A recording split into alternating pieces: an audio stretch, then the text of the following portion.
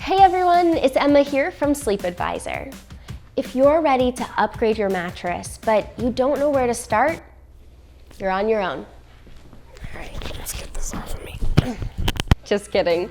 We're here to help you narrow down the options and get your best night's sleep. Now, maybe the last time you bought a mattress was over 10 years ago. And if that's the case, there's a lot of new brands and materials on the market.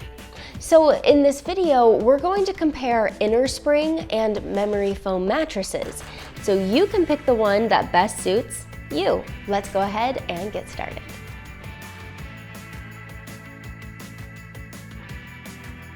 We'll start with Memory Foam. Believe it or not, Memory Foam was actually developed by NASA back in the 1960s to improve the safety of aircraft cushions.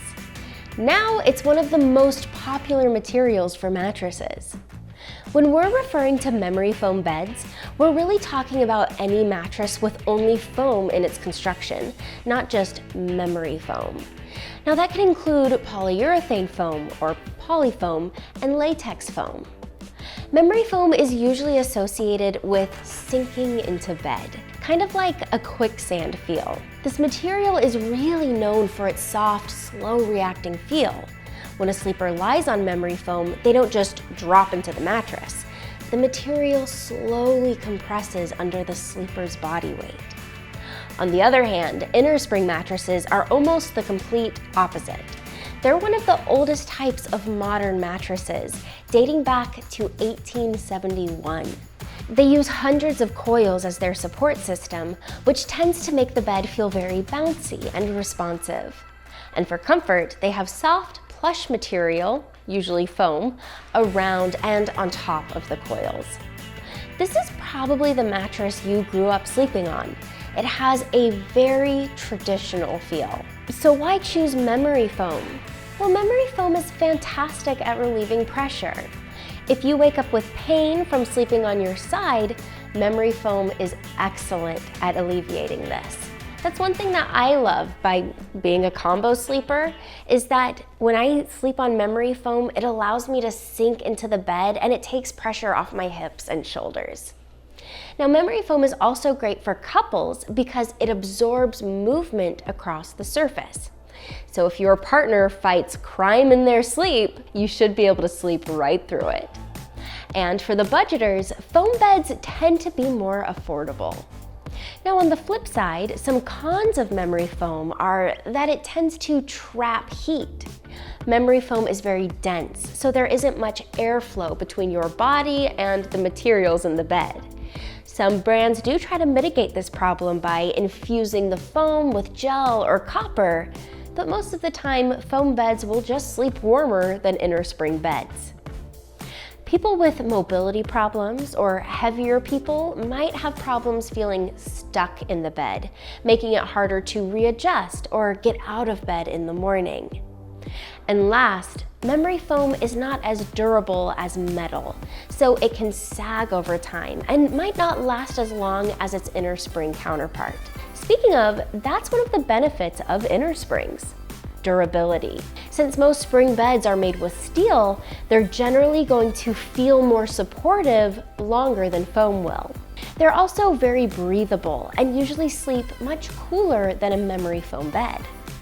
Air can move through the coils much more easily, which helps to regulate temperature.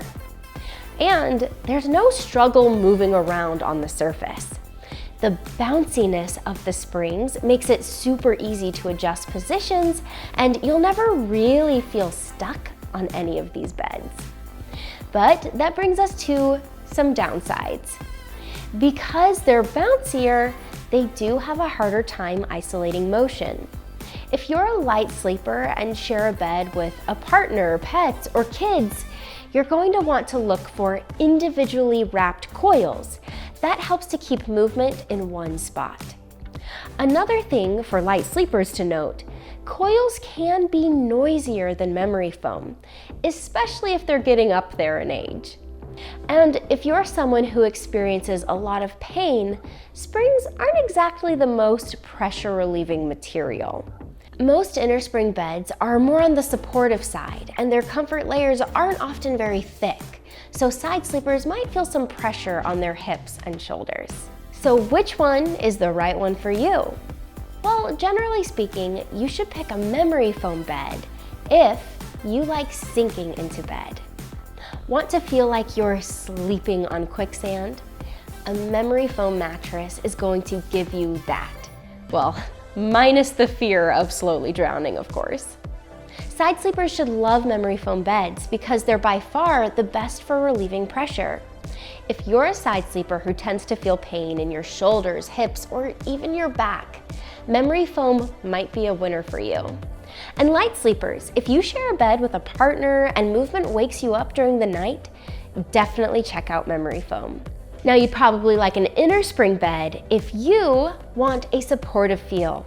You'll definitely feel more on top of this bed than in it. This is ideal for heavier sleepers and people who sleep on their stomachs and backs. Hot sleepers, spring beds are usually more breathable because the heat can easily move through the coils and doesn't stay trapped around your body. There's nothing worse than waking up in the middle of the night hot and sweaty, but that shouldn't happen on an Innerspring mattress. If you prefer a more responsive mattress or have mobility problems, a spring bed is the right call. They're much easier to adjust on, and you don't get that stuck feeling that you might get on a memory foam bed. By now, you probably know which bed is the right one for you. But if you still need some more info, we have all of our top picks on our website, sleepadvisor.org. P.S. They're linked in the description below. Can't wait to see you next time.